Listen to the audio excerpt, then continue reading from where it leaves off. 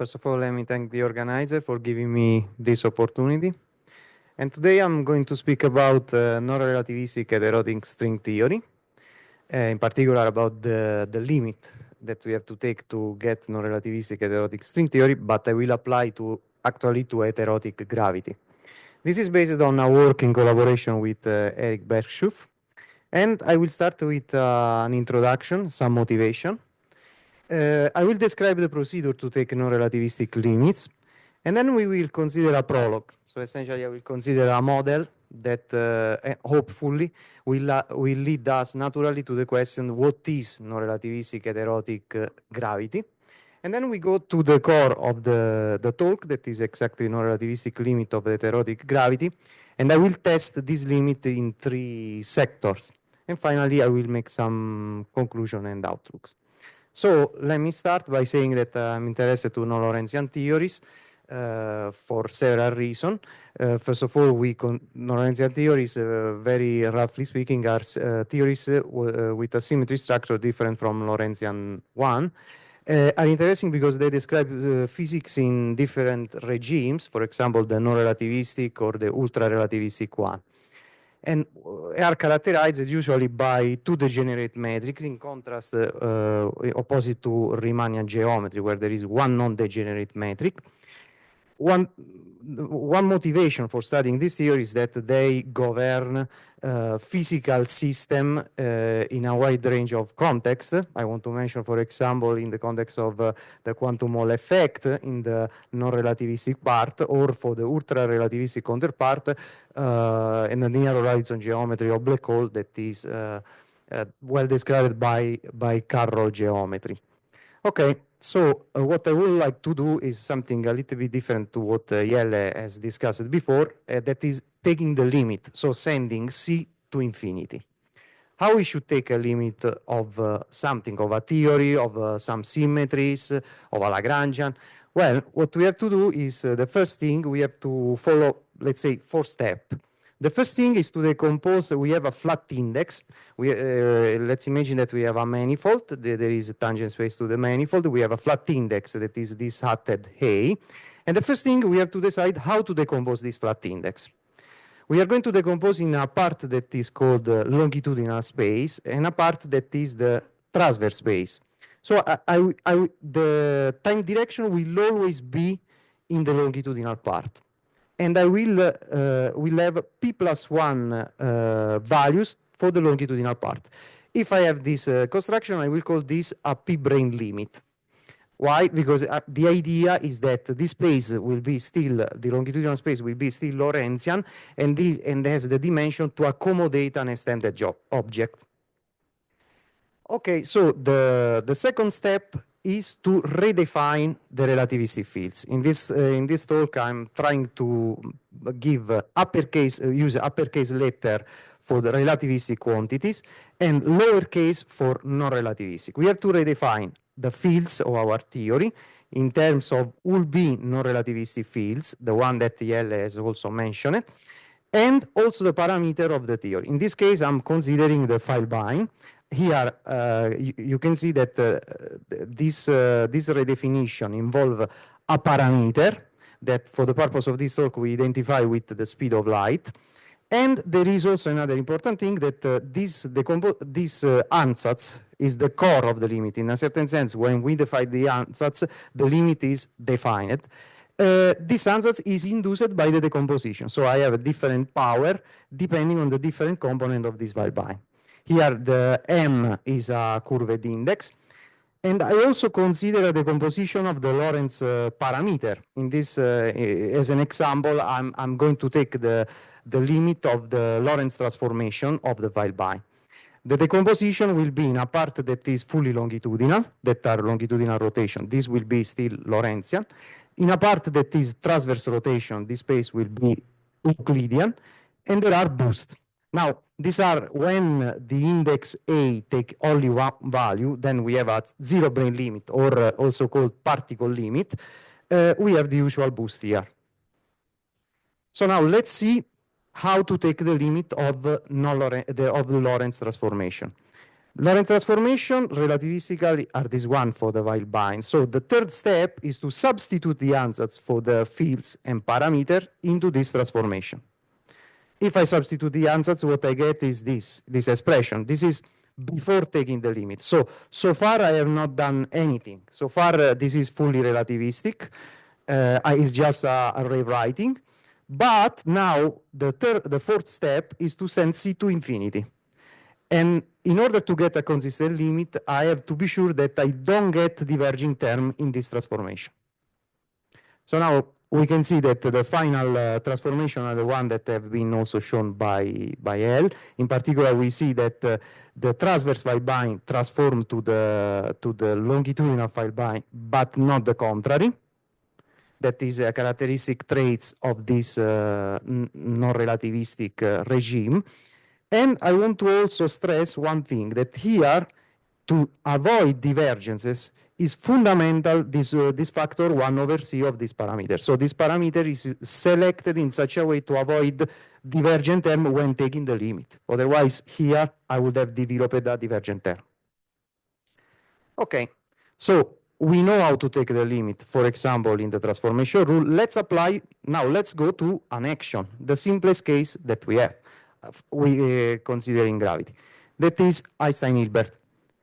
I can define exactly the same ansatz as before for a generic p-brane limit.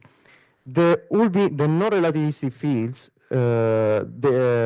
satisfy this orthogonality relation. These are just follows from the invertibility relation of the relativistic file bind. And then what I can do is to plug this ansatz into the action. If I do this, I realize that the Ricci scalar expand in power of C. I find even power of C, and I find that the starting power is C squared. Now, it's not important the detailed expansion. The important point is that I find this expansion, and I find that it starts with C squared. Now, I can define the limit in two ways.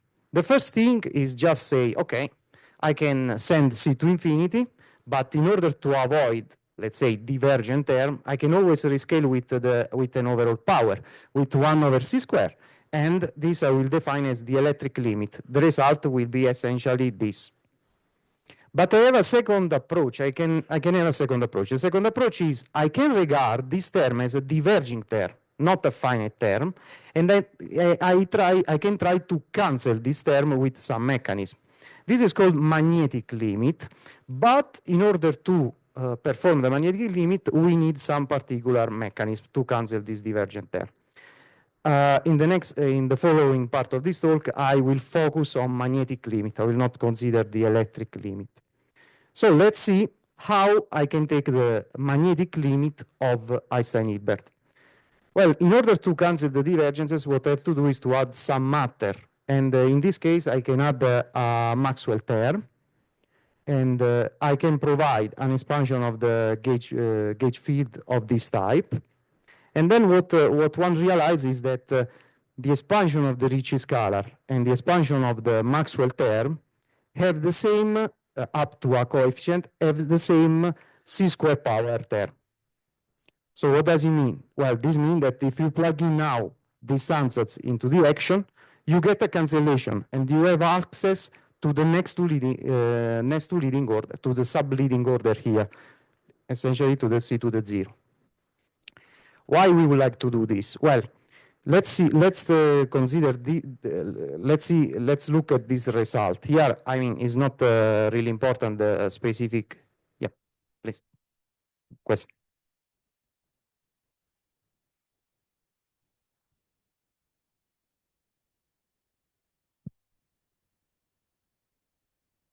I have a question. So, what is the interpretation of adding these additional meta fields to do this?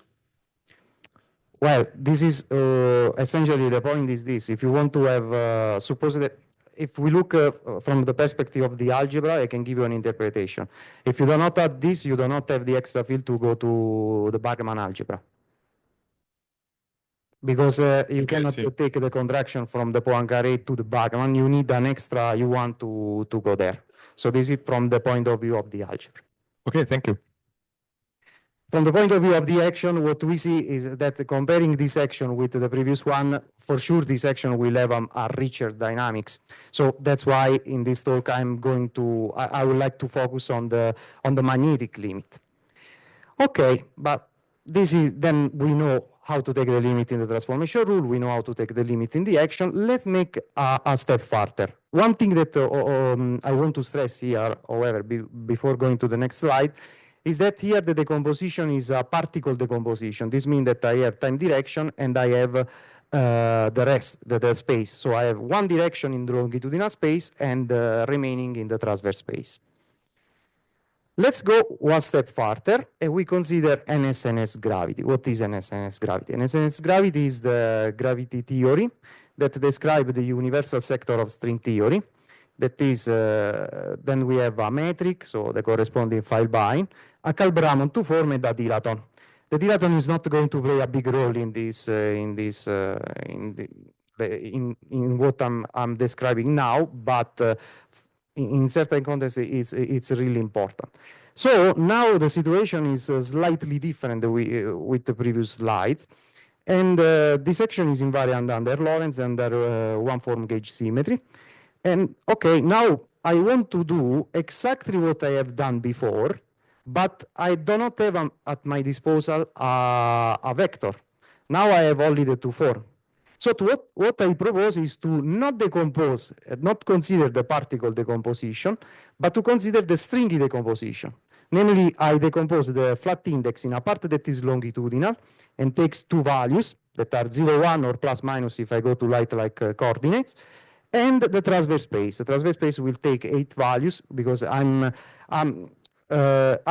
will select 10 dimensions because I have in mind string theory, but this can be applied to essentially arbitrary dimension. So this argument can be extended to any dimension apart things that are degenerate, for example, 2 dimension where I have essentially in 2 dimension I have no space for no room for the transverse space. Okay, so the strategy now will be different, will be to use the two form to cancel the divergent part coming from the Ricci scalar. And in order to do this, we have to provide a proper ansatz for these two forms. The ansatz that I'm proposing in this. Please note that in order to write this redefinition, it's fundamental to have the longitudinal space two-dimensional. So the non-relativistic fields will be, again, the one that we have encountered before, apart from the fact that now this tau carry an index, so we have an index with two-valued index, and we have a non-relativistic Kalb-Ramond two-form.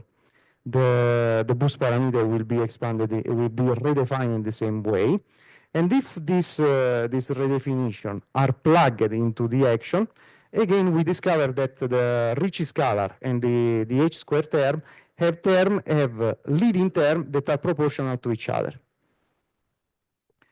Sure. Yeah. So when you choose to devise the index like that, did you already break the rotational symmetry on the spatial path? Sorry, I didn't. I mean, when you choose to suppress the index like that, did you already break the rotational symmetry around the spatial part of the? Well, when I consider this decomposition. Well, what I have is just that the boost will be of this type. There will be a part that will be longitudinal rotation. This actually is Lorentz. Then there will be a part that will be transverse rotation in the transverse space, and there will be a part that mixes the two that I will call boost. Okay, thank you. So this will be the difference. So now we discovered that if we use this ansatz, the leading term coming from the Ricci scalar and the h-squared term are proportional to each other. And then we have again a cancellation. This means that we have again the magnetic limit of this action. If we take now the limit in the transformation rule, we discover something interesting. That is that the Kalb-Ramond two forms start transforming under boost, so becomes part of the geometry.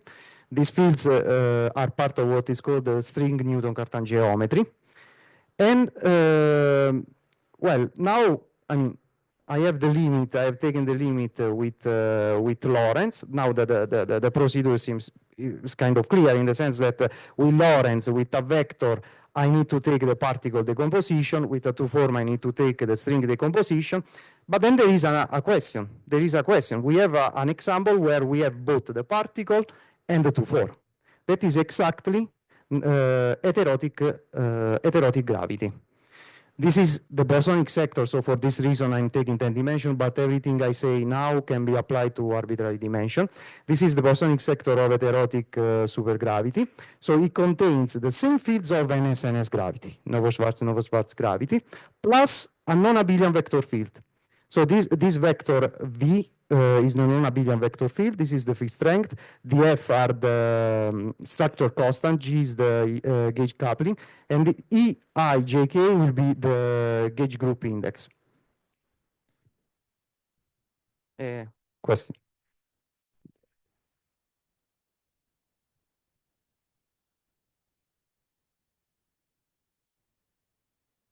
Previously, you called the separation of the index p-bring limit. So here, do you assign some sort of p-bring one bring into the?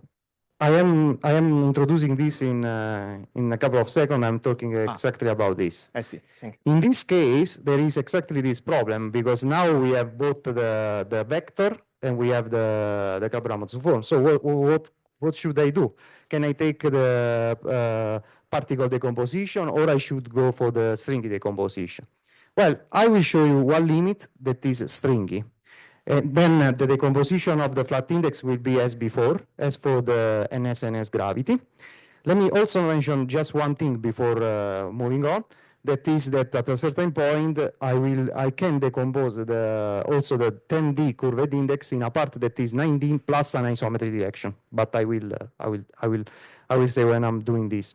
Another thing that is important when I want to take the limit of the full theory, of course, I have to take the limit also of the symmetries. And in this case, the symmetries are a little bit richer than before because I have also one form gauge symmetry and zero form gauge symmetry. So essentially, I have to be careful in taking this limit that I will not get divergences also in the symmetries. Okay, what we can do is, well, what one can say is, but we already have the limit of Novo-Schwarz gravity. Then we just add a vector field. Well, then you can use, again, this ansatz. You can define an ansatz for the extra fields that you have, and we will have the limit. Well, the situation is not so easy. It's not so simple, and taking this limit is not so easy. You can try to provide an ansatz for this extra vector field, keeping the same ansatz for the other fields that we have used in Novo-Schwarz gravity. But you realize that things are not going to work. So my proposal is to take this limit. So to define this limit, I'm not deriving. I'm just stating that this is the right limit, and then I will try to convince you that this is the right limit, testing it in the Lagrangian, in the equation, in the transformation rule, and maybe in the T-duality. So this limit is slightly different with the previous one, and there is one conceptual difference: is that it's not enough to just consider the previous limit and add something, but we need to deform the previous limit. As you can see here, the Weilbein ansatz is modified with a term that is proportional to the non-relativistic vector fields. Here we have the fields of Novo-Schwarz gravity plus the flat component of the non-relativistic vector field. So the vector field is redefined in this way, and there is a modification of the light-like Weilbein of this type with a power of c to the 3. Now there is also a modification of the ansatz for the B fields that is modified. The interesting thing is that if you set to 0 the vector field, you come back to the NS gravity. So this is a deformation of the previous ansatz. One thing that I want to stress is that now it's extremely dangerous to introduce terms like this, because they could lead potentially to really dramatic divergences, both in the action and the transformation rule. So it will be a non-trivial job to show that this limit is going to work well. So let's take the limit then in the heterotic action, the transformation, and T-duality.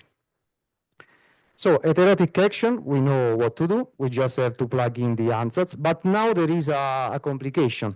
Now the complication is that I already know the result of an SNS gravity. So I would like that when I set to 0 the vector field, I would like to reproduce that. Then I cannot say I go to the leading or subleading order. No, the order should be the order fixed by an SNS gravity. So what does it mean? This means that here there are potentially diverging order at c to the 4 and c square, and I have not to cancel only the c to the 4. I have to cancel both. Let's see how it works for c to the 4. C to the 4, if I plug the ansatz, I discover that again the f squared term and the h squared term have the leading order proportional to the leading order of the Ricci scalar. And the coefficients are such that you have a complete cancellation here. So they are fine-tuned such that you have a complete cancellation. So what happens is essentially that the cancellation mechanism that before involved only the Ricci scalar and f square or h square now involve 3 terms. This is at order c to the 4. At order c square, the situation is so complicated that I'm not able to show it. Essentially, there is a very strong interplay between this and the other 2 terms into the action. But I can tell you that there is a very non-trivial cancellation also at order c square. So let's say the first test for this ansatz has passed. We have shown that the limit is well defined at the level of the action.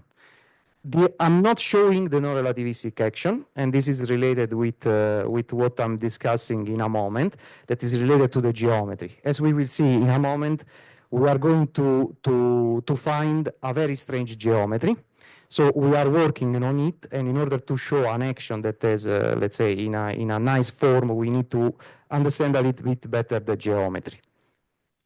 So let's move to the symmetries to see actually what is the strange part of this limit. Now the 2 symmetries that are relevant in this case are the boost and the Yang-Mills. The boost, in order to take the limit of the boost, what I have to do is again to deform the ansatz that I had in Nova-Schwarz gravity, or that I had in P-Brahe-Newton-Cartan gravity.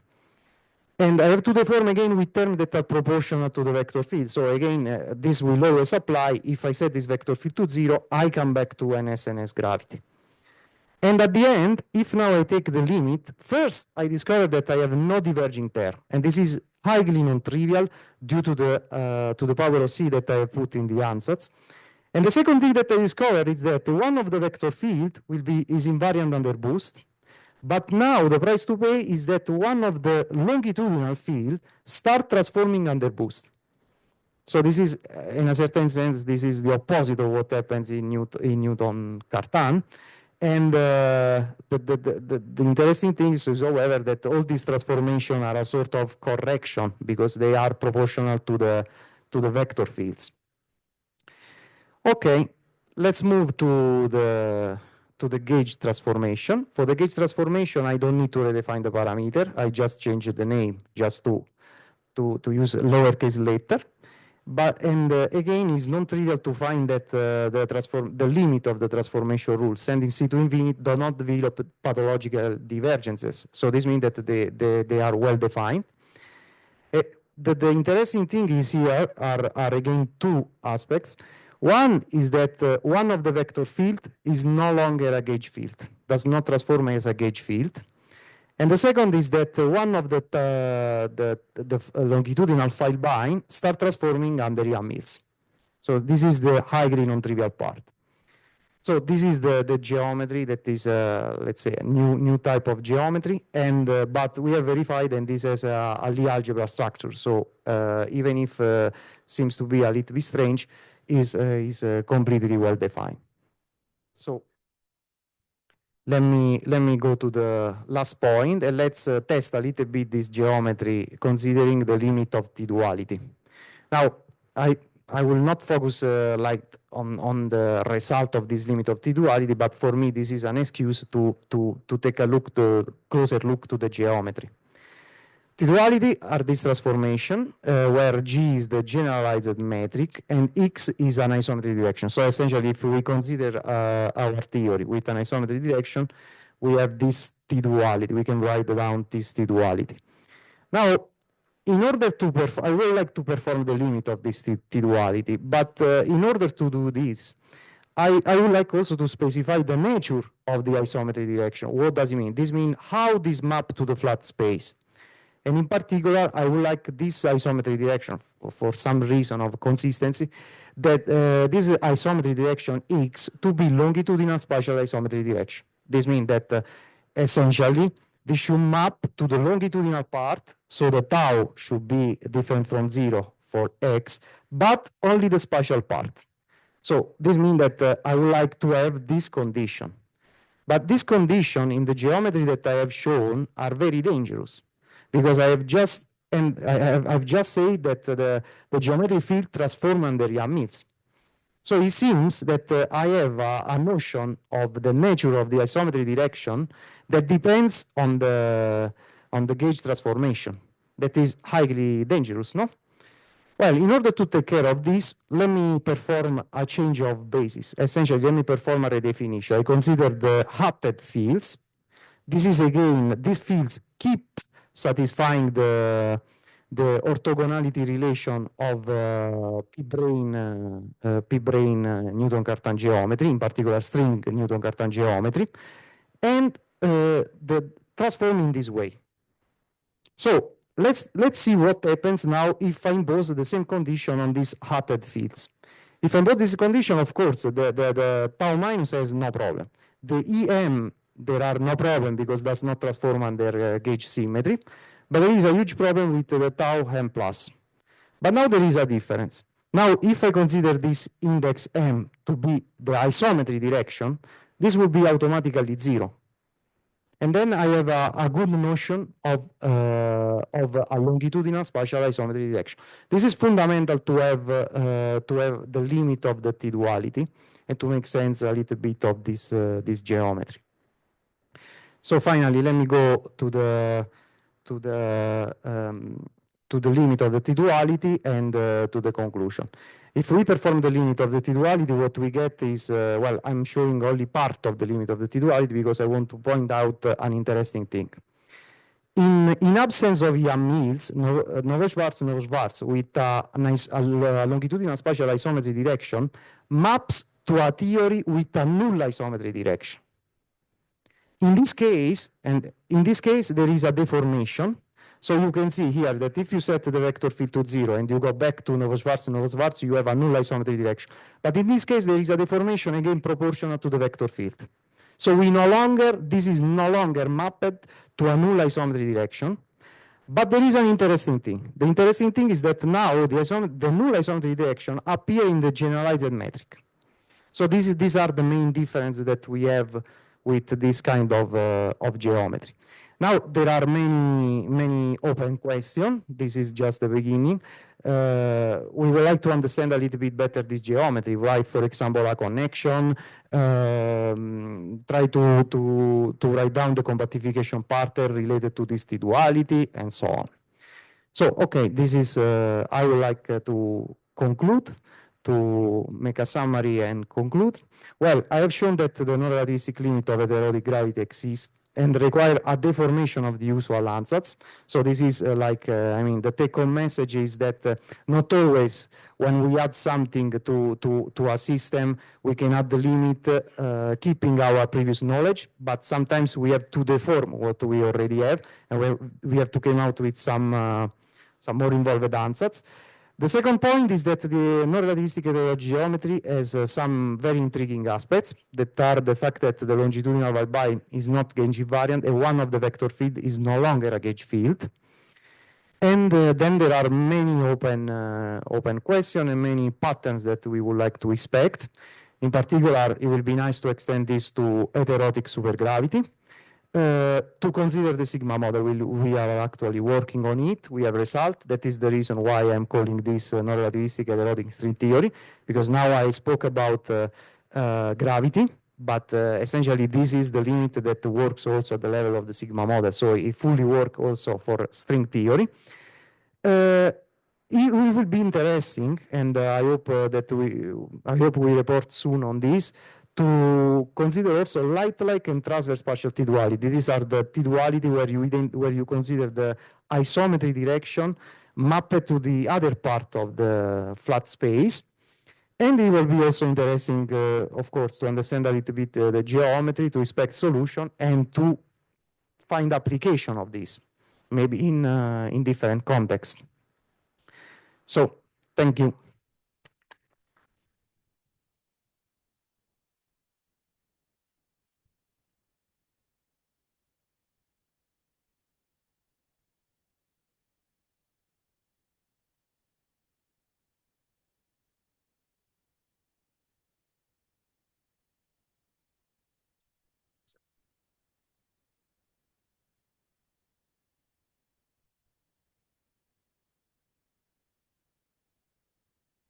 So you call these limits, I think you call them magnetic.